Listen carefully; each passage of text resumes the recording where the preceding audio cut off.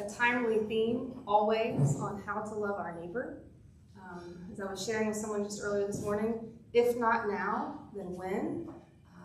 And this call is indeed a call that's one that goes deep within the gospel, within our baptismal covenant, so much. So I've been really excited to be here and have loved just the journey of preparation to be here this morning with you all too. And I'm especially mindful of our brothers and sisters up in Buffalo, New York, and our neighbors up there. So I'm holding them in prayer and hope that you will and are too. And today may be especially timely for so many reasons, but I'm mindful especially of our neighbors up in New York. The Lord be with you. And also with you. Let us pray.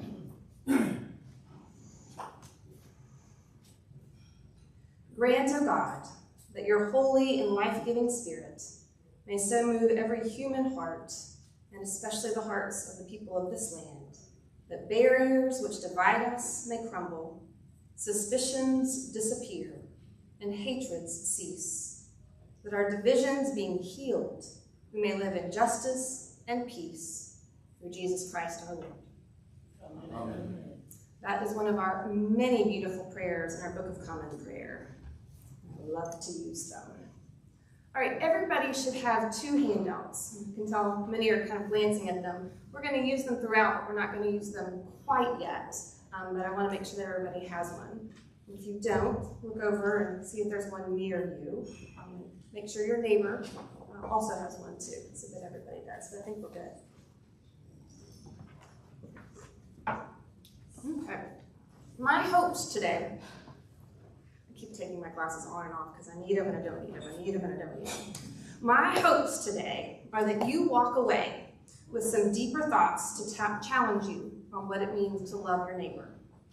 A willingness to sit in perhaps some places of discomfort as possible places of transformation and connection. Also, an appreciation that there are gifts to give and to receive when interacting with others, and that language and words matter in loving our neighbor. And then also a few talking points for families to talk with their children, their grandchildren, their nieces and nephews, their cousins, when it comes to loving our neighbor, and especially around issues around poverty and what we see as we move around our Memphis area. One of the reasons I became an Episcopal priest is what I get to do today, and being here with you all at Grace St. Luke's and talking about what it means to love our neighbor. That was part of my call in seeing how important it is that the church has a role in bringing the community and the world outside to church, and that the church has a role and needs to go out into its community. And what does it mean to love our neighbor? Having served in churches in DC and Virginia, in Memphis, and 11 years down at the cathedral, that's especially been present with me, particularly with unsheltered persons, but all kinds of wonderful folk. And it boils down to, I think, respect and compassion, and that golden rule. And we hear it again this morning in our gospel. And I'm going to read that in just a few minutes, because it keeps coming up, and there are reasons for that. Loving thy neighbor, loving thy stranger, they really are one and the same. When I was talking to a good friend of mine who is doing amazing things, getting ready for Lambeth with the bishops there, I was telling her about this class, and I said, I'm going to be talking about loving thy neighbor. She goes, tell me about the class about loving the stranger. And I said, I'm going to respectfully push back on you and say, aren't they kind of one and the same? Aren't they one and the same? That the people all around us, whether we know them or not, they are our neighbors. They may be strangers, but all of them are our neighbors. Our neighbors may be different in skin color, they may be culturally different, they may be class and economically different, they may think differently, politically, partisan-wise, but that neighbor is a human being, made in the image of God. So our gospel for today, for those that haven't been to church yet, but that will be going, it's this: I give you a new commandment, that you love one another. Just as I have loved you, you also should love one another. By this, everyone will know that you are my disciples, if you you have love for one another. It's a version of our Matthew 7:12 golden rule. In everything, do to others as you would have them do to you. For this is the law and the prophets. And if any of you have ever heard of Eugene Peterson, who did a contemporary translation of the Bible, and it's simply marvelous in many ways. Here's his translation. Here is a simple rule of thumb guide for behavior. Ask yourself what you want people to do for you, then grab the initiative and do it for them. I like that. Did you know that in every world religion, big and small, the golden rule is there? It's either in the positive or the negative. Do unto or don't do to others what you don't want them to do unto you. And our presiding bishop says, love of neighbor is not simply a good idea. In other words, it's not a suggestion. It's a commandment. It's a commandment of Jesus based on the teaching of Moses to always seek the good and the well-being of each other. And as we probably know too, it's a huge part of our baptismal covenant. And I always get chills. I always get chills when we reach those two questions in the covenant, when we are asked, will you seek and serve Christ in all persons? And we say, we will with, that's right. In other words, we don't have to do it alone, and we're not called to do it alone. We're called to do it with each other and with God's help. But yes, that's what we reaffirm each time we do this. Will you seek and serve Christ in all persons? And will you strive for justice and peace among all people and respect the dignity of every human being? And we say, we will. With God's help. That's right. That's right. Y'all are so smart. But it is really tricky at times, isn't it? I can at least say, on loving our neighbor, what that looks like, what's needed in that moment. But we can't love our neighbor if we're not willing to get proximate to them. That means we can't keep them at a distance and figure out how we're going to love them. It means we have to lean in a little bit. I'm sorry, forget the camera. We have to lean in a little bit and get closer. And at times that may often can, a little uncomfortable. But it's important to get comfortable, to get close. And sometimes what happens is you do get more comfortable. But there also may be some discomfort. Does anybody remember that book that came out, I don't know how many years ago, the 5 Languages of Love? Remember that? That 5 Languages of Love, and I think it was especially around couples and families, but it expands for sure. But for those who aren't familiar with it, there were kind of 5 rough ways of languages of love. Words of affirmation, quality time, physical touch, acts of service, and receiving gifts. What it reminded me of, and why I think back to that book, is that love looks different for different people, doesn't it? Sometimes it's words. That bit of affirmation and that compliment, really, I felt it here, and I felt affirmed and good. For others, it's somebody saw that I was holding a lot, and they came and they helped me carry what I needed to carry inside. Those acts of service, you name it.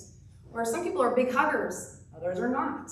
They're just different ways in which we can give love and receive love. And it's good to know what kind of love language we really resonate with. I think that also applies to our neighbors as well. I do. And in order to know, sometimes you have to lean in a little bit and see what it might be. And you might not have a lot of time to do that, or you might have all the time in the world. But it's important in order to know how we can best love our neighbor. Because sometimes thinking that we're going to love our neighbor this way, because this isn't my love language, isn't necessarily theirs. Someone may need rent, but you give them hygiene products instead. Those hygiene products are great. That may not be what is needed. Are you helping, in other words, on their terms or yours? In order to know, you've got to lean in and get to know that person a little bit and ask, who is my neighbor? You got to know, even if it's from a distance, you got to lean in a bit. And what is that language of love that would help connect you with them? It's that connection about asking what is loving. I also think that translating your neighbor into a beloved child of God is really important. because we are good at labels. Would you agree? We are really good at labels. And labels do just that. They label, and they contain, and they limit. They limit. But it helps me when I'm walking around to remind myself that everybody walking around, whether or not they may be driving me bonkers or showing me the most ultimate love or making me uncomfortable, is a beloved child of God and made in the image of God. But it's so easy to want to quickly label, to say that person, and you've heard it, that person is an illegal. First of all, how can we tell a person is an illegal? I don't know, but you hear it in media, don't you, sometimes, or that person is an alien. I mean, labels, words matter, but it's hard sometimes to look past appearances. I've heard it and I do it myself. So this is a reminder and invitation for all of us, including me, that it means we have to work to get past sometimes the labels that we want to do. And we have to maybe linger a little bit and stand and there and think about what this might mean. It reminds me a little bit about something that happened here around Easter. I think it was Easter Day. I don't know if any of you were here on Easter. I think many of you were. And it came out in time to see that there were two women with posters standing right underneath our stairs on the sidewalk. Did anybody see them? Yeah, a few. Some didn't. Yep. There were two women with posters. Each had a child. One was in arms, and the other one was holding her mother's hand. Two women. And they had posters that said they needed assistance. They needed help with diapers. They needed help with rent. They needed help with food. I could feel the energy of what do we do? What do we do in this moment? I could feel it. And I wondered too. But these women were choosing to relate by getting close to us and show us what they needed. And in turn, our wonderful ushers and greeters said, how do we relate to them? And so I went over, and one of the first things I did, and one of the first things I love to do, is introduce myself and say my name. Something happens when you share your name. It's like, my name is Laura, what's your name? There's an instant equal ground, right? Like we are humans together. And it just helps create some of the barriers away. And it did. So we began a conversation, and I heard some of what their needs were, and I could feel everybody walking past, wondering and asking and connecting. And then the two women and their children, we walked over and we spent some time, and I listened to them on what they needed and what they were asking for. And because of you all, and the many ways that we share through the clergy discretionary funds, we were able to do some support for these two women, especially with some housing options. You have to lean in. You have to be willing to maybe get a little uncomfortable at times, but it's worth it, I think, particularly because the gifts that come from these times and sharing and listening, there are gifts both to be able to give as well as to receive, especially when we see them as a we and not a they, and us and them, but finding that common ground. Sometimes I think we can see all the differences so quickly, but there is common ground. To be able to find it, you got to ask a little bit and see what might be. The media, of course, depicts poverty in some real clear either-or language. It's often with color, isn't it? It's often. It's less so often with white-skinned poverty. But I'm wondering if we are willing in those times to stay in places of discomfort, because language and words matter. It matters if you call a person a panhandler versus a person asking for resources. Can you hear that there's a difference there? We have labeled a person when we do this, and I'm guilty of it at times, of saying panhandler or beggar or homeless or slave. It's like we put them in a box and said, this is who you are in your personhood. But if you say an enslaved person, or a person asking for resources, or a person who's unsheltered, it's one aspect of so much bigger of a conversation around this person and their identity and who they are. It's a way to bust those categories and those labels and to take away those boxes that limit. And it reminds me, too, of our baptismal covenant as well when it comes to that, too. We've done it millions of times. You've heard and we've had it shared for you, perhaps, in baptism. When there comes that moment where you have three moments where the Episcopal Church talks about sin explicitly. Can you believe it? With an S, capital S, sin. We do it, and it comes in the covenant. It starts with the cosmic ideas around sin, and then it moves down to the more, moving towards kind of the isms, if you will. It says the second one is, do you renounce the evil powers of this world, which corrupt and destroy the creatures of God? Do you remember that? Do you renounce the evil powers of this world, which corrupt and destroy the creatures of God? What this part is saying is what we're inviting ourselves to turn away from. It's a renunciation before we move into our adherences. But this one in particular is getting at the sin, what I call the isms of the world. Racism, sexism, ageism, nationalism. It's the isms. It's the labels that we human beings put on one another. But that God does not do that. God has never wanted to do that, to limit us and put us in boxes. In other words, it's about seeing a person and not a category. We're all guilty of it. But I love that this is a part of our covenant to remind us that will you respect the dignity of every human being? And that involves turning away from those isms, those labels. There are loving ways of seeing people, and there are loving ways of describing them. And we need both. Raise your hand if you have ever walked around Memphis and been approached by someone for resources, money. Just about everybody, right? Yep. I have so many people ask me, and maybe you've wondered too, or maybe you already have ideas, what to do if someone asks me for money. What should I do? Anybody feel conflicted when that happens? Yeah? Yep, good. That means you have a heart.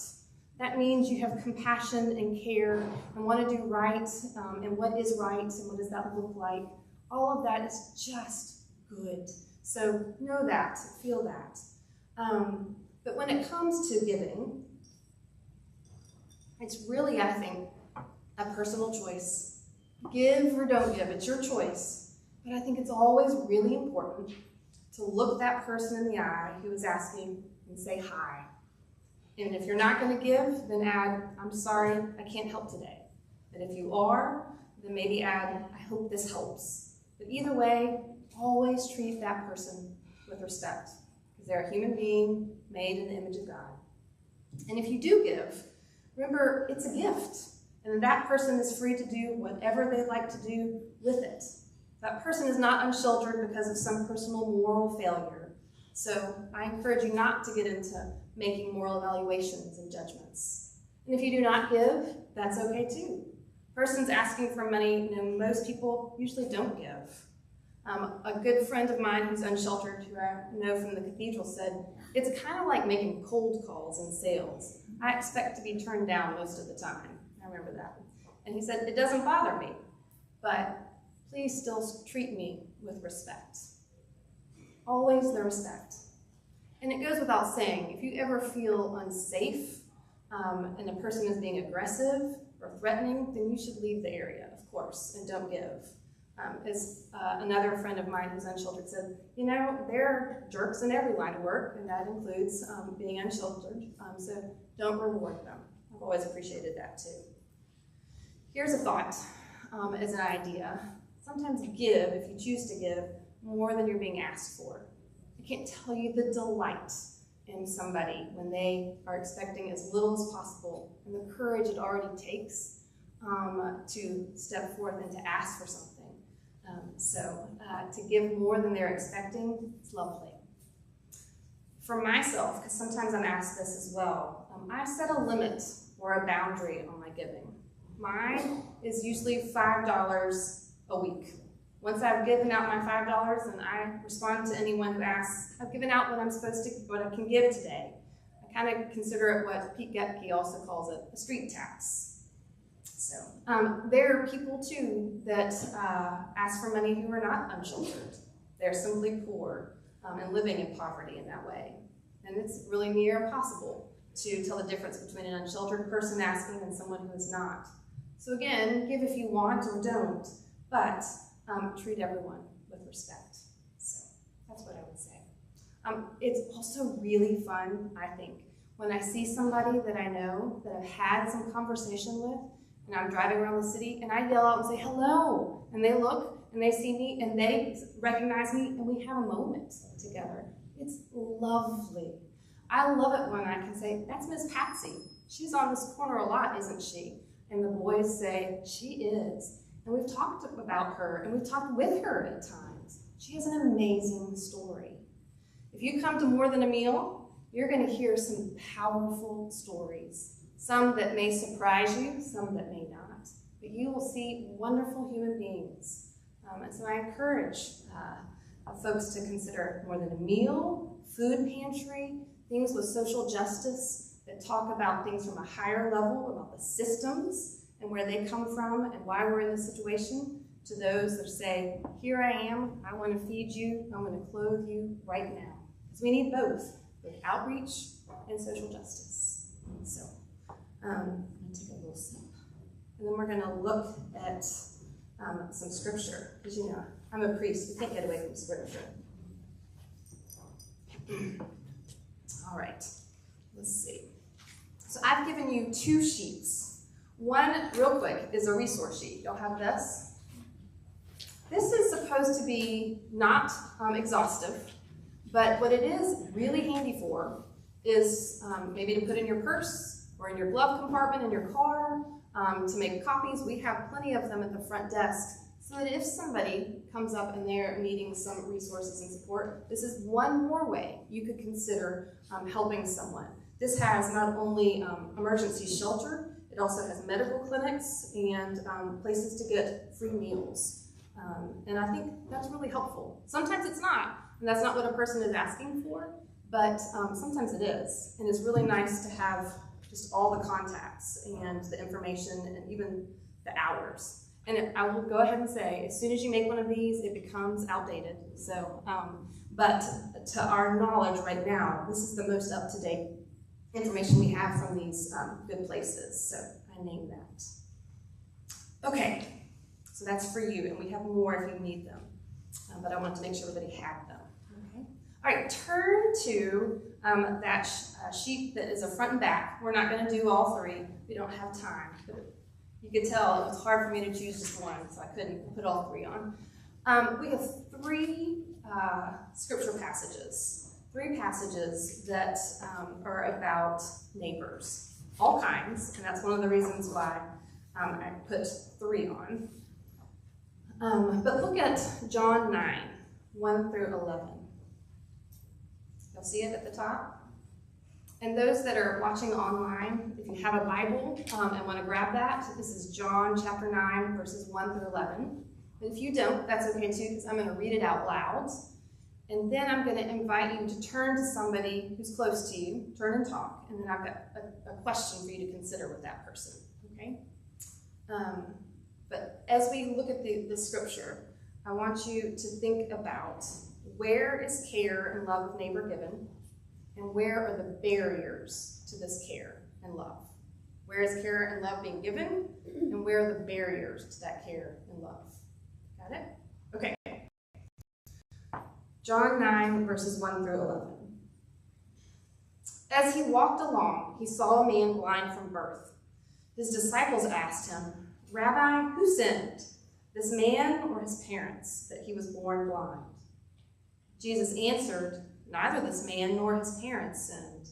He was born blind so that God's works might be revealed in him. We must work the works of him who sent me while it is day, for night is coming when no one can work. As long as I am in the world, I am the light of the world.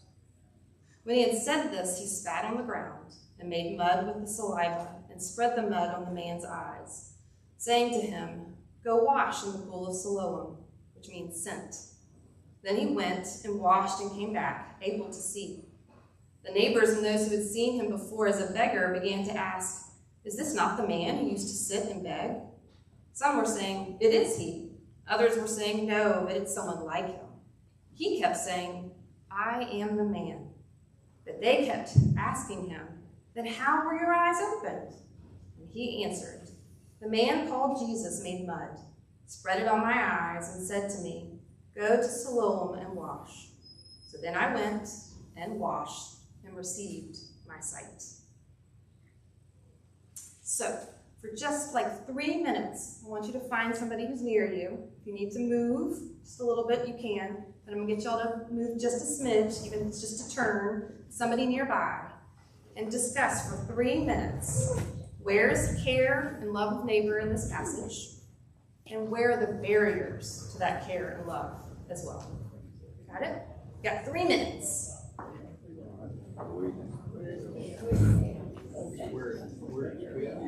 Sure.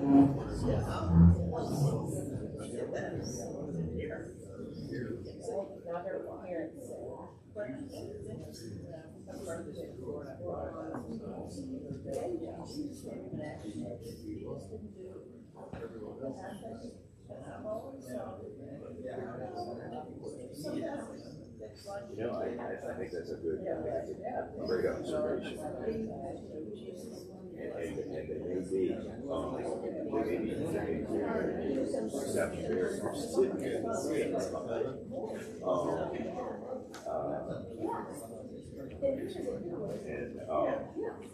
I guess that's it. And I think he might be carrying it in as well, the blind man, and explain different source. Right.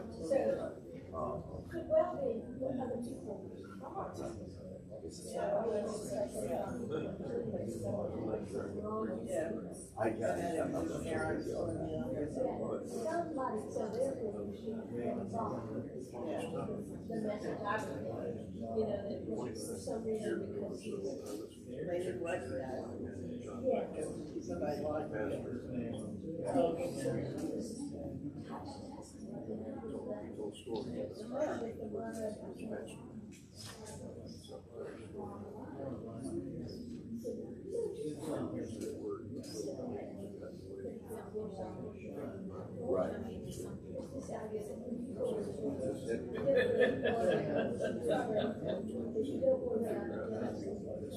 There you go. That's an important piece of carrying advice, right? Because sometimes you're the LOL in the car, right? We're all that person.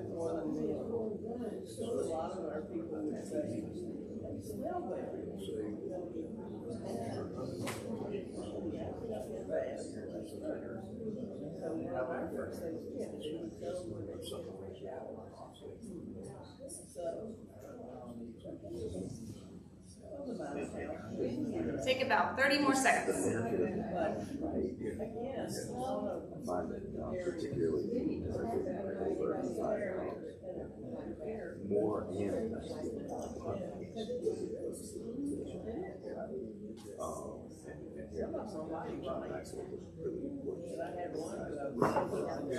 lead with it, right?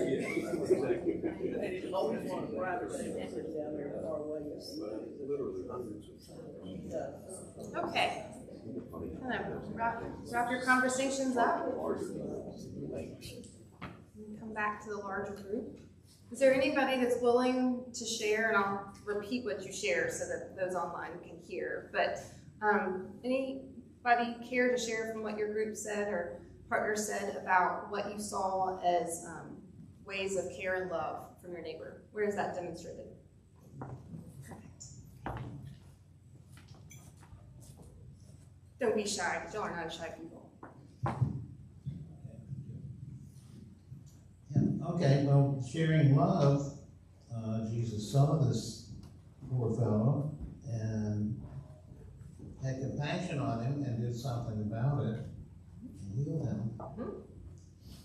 And So he was physically healed. physically healed. That is a sign of care and love, yes. And Jesus did that very well. A sign of lack of care is the stigma that people assume your parents did something wrong. This is God's punishment.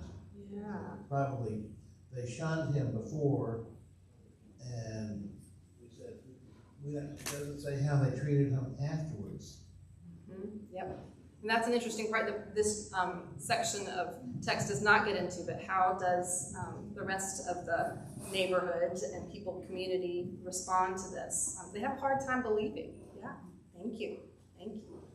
One thing that we really related to was the assumptions of the disciples and the neighbors, right? They were really quick to make assumptions about the man, and so that was a barrier. Name one of the assumptions, if you don't mind. Just the assumption that someone sinned, I mean, someone had done something to deserve, this negative outcome. Yep.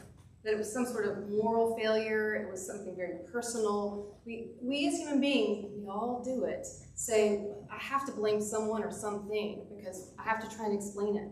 And this is the age-old question, why do bad things happen to good people? Why is there that cosmic sin? Why are people born without limbs? Or why is there cancer in the world? There's so many situations and questions, and we want to look to why and put a decision and a judgment on that. And Jesus says, Yeah, we think about that a lot because driving around with Hazel and John, they don't make any assumptions like that. And so, if you drive from here to East Memphis, you see 2 or 3 people usually with a sign. Yep. And, they don't make assumptions like that. They'll say, Mom, we should help that person. Dad, we should help that person. We should help that person. They just see neighbor. They don't make assumptions. And that's something that's been really convicting for me and Stephen, experiencing, seeing it through kids' eyes. yes, very compelling. Thanks, Alice. Others, what else do you see? Mike. One of our observations was that when Jesus showed the kindness, the love, to take the mud and put it on the man's eyes, he gave the man a job. He told him to go wash his face and wash his eyes. And the thought that Jesus instructs us, he educates us to go out and do something, even if it's personal or for other reasons. But we like the fact that Jesus did this, but the man had to react with the lesson to do something. Beautiful, wonderful insight there, Edith. Yep, Jesus certainly gets close and proximate. You don't get much closer than when you spit, put mud on somebody's eye. You're really close, aren't you? So he's leaning in. But Edith's naming something too that's beautiful. He empowers this man to take what has happened and use it for the rest of the community, right? To go on, to share. Something happens about naming and empowering another and the dignity it gives them. You are worth this. We need you. You have a job. You have a role. Your gifts are wanted in this community. That is huge, and it still gives me goosebumps when I think about that, because it is it's so often what we do, and it's good to give a one-moment experience, but how much better is it when we can take it further and do that empowering of that dignity and say, now go forth from this and use your gifts to go out and to do the work that everyone needs and we are all called to do. That's what Jesus does. So what does that look like, and how do we translate that into our world? These are the good challenges and questions that I think we have to ask. And also be willing then to think about when persons have made mistakes or have had challenges, how do we lift them up and empower them and honor their dignity as a human being? Thank you, Edith. Other insights? Y'all are brilliant. Brilliant people.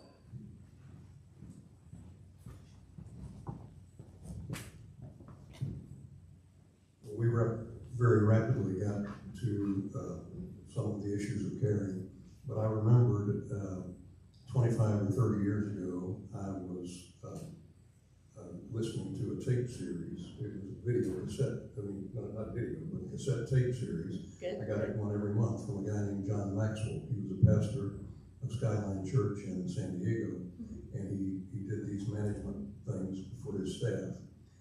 He was telling a story about his one of his earlier churches, and about how some people were really frustrating him trying to, when he was trying to accomplish something at the church.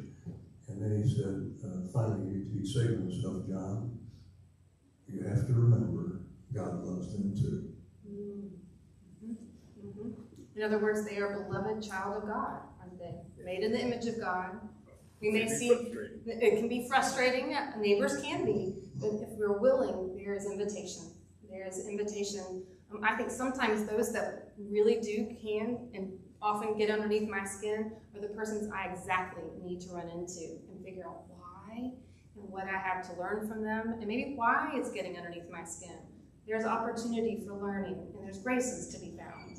But in order to do that, we have to be willing to stay in some of those places of, oh, this kind of makes me feel uncomfortable. But if we stay there, there is the potential for transformation and learning. And that's why I think we have not 7, but 8 sacraments. And the 8th one is discomfort. I really do. I really do. Any others before I'm mindful of our time? Okay. That was brilliant. Thank you. Take the rest of these readings and maybe at your leisure, look through them and ask the same questions. Where is care and love of neighbor? Where do you see barriers? I love the Samaritan woman, so many things there. And how Jesus sees her as a whole person and not as a category. And of course, the Good Samaritan, there's so many dimensions there and depths for sure. Going back to, if I may, Allison, what you were saying about children. Y'all have children? Do you have nieces and nephews? Do you have neighbors that are children? Do you have grandchildren? Do you have people around you that that you kind of guide? Anybody? Few? Yeah? Okay. Yeah. I'm looking at y'all and I'm thinking of all these people. So when it comes talking to children and them beautifully saying, that person needs help, they see. So how we engage them is really important. One of the first things I tell parents and adults alike is that first thing that I think is really important to do is to check your own biases about people and neighbors and those that are asking for help, even before you talk to children. What feelings come up in you? What were the messages that you were given when you were growing up? And being able to kind of unpack that a little bit helps you better understand then kind of what the message is that you were giving off, maybe intentionally or unintentionally. And it also helps you think about what you want to make sure is the message that you want to give. You can never be fully done finishing this process of kind of oneself, but I think it's important to start thinking about that. Also, when it comes to kiddos, I think it's important to focus on the system rather than the person. When the boys were young and they would talk about that person, we would talk about how when jobs don't pay living wages or when housing becomes unaffordable, that can really make it difficult for many people. So we talked about the larger system and made it less, again, about any sort of moral failure or personal wrongness and made it kind of pulled that language up to be a wider lens so they could think about it, which naturally then kind of falls into, well, then what can we do about it? Because kids, love and want to act. What can we do about it? I think that's really important too. And there are lots of good ways to do that. If you want ideas, I'm happy to help with that too. And also, again, with kiddos, words matter. Words matter. I'm aware that growing up, I heard a lot of that person's less fortunate than us.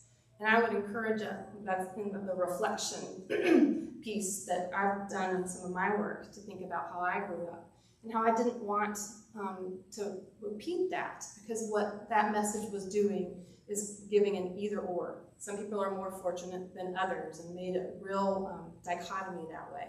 So maybe not less fortunate to talk about neighbors. Talking then about social inequality, not luck, things like that. So it leads to some really thoughtful, real conversation where you don't have to have all the answers, but what you're doing is you're showing that you're willing to engage the conversation. And it's okay, always, parents know this, we say it a lot, I don't know the answer to that. That's a really good response too, but I'm committed to finding out with you and then doing some research. Sometimes these journeys are so beautiful because they take us somewhere with those that we love as we explore these uncomfortable, at times, situations. So we talk about a lot of things at our house, and that's certainly one of them. So I encourage that dialogue.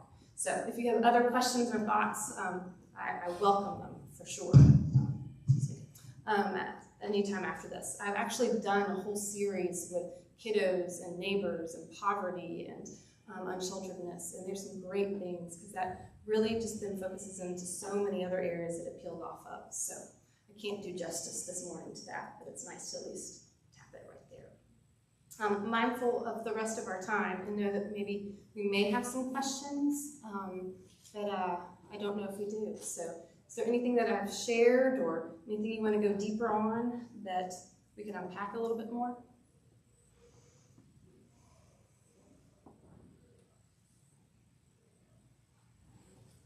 I've answered all your questions. No, I've given you a lot of information, and part of what I wanted to do today is spend some time sharing and then having you turn to one another to think about this call that we all have. And to reflect in Scripture and to hear in terms of our baptismal covenant, how this is invitation for transformation, it's invitation for sharing our gifts. There's so much that is opportunity in this, but there is a willingness to lean in, and it's invitation, and it's a challenge as well, and it's risky. There's also so much potential for connection and transformation. That's why I think it's the 8th sacrament. And so important. I think it was Maya Angelou who said, "A person may not remember what you said or did, but will remember how you made them feel." Some of you may have heard that before. How we treat one another, how we look someone in the eye and say, "You're important. You're important. My name's Laura. What's yours?" Even if you might not be able to give them money that day, even if you plan to give them money that day, even if they come smelling smelly or look different or think different, you name it, something happens when we lean in a bit more and just find out with curiosity what that person is like. Because that person is always made in the image of God. Always, always. And we are called as Christians and as Episcopalians to respect that dignity. And if not now, when, good people? If not now, when? Thanks for being here today. That's all I got.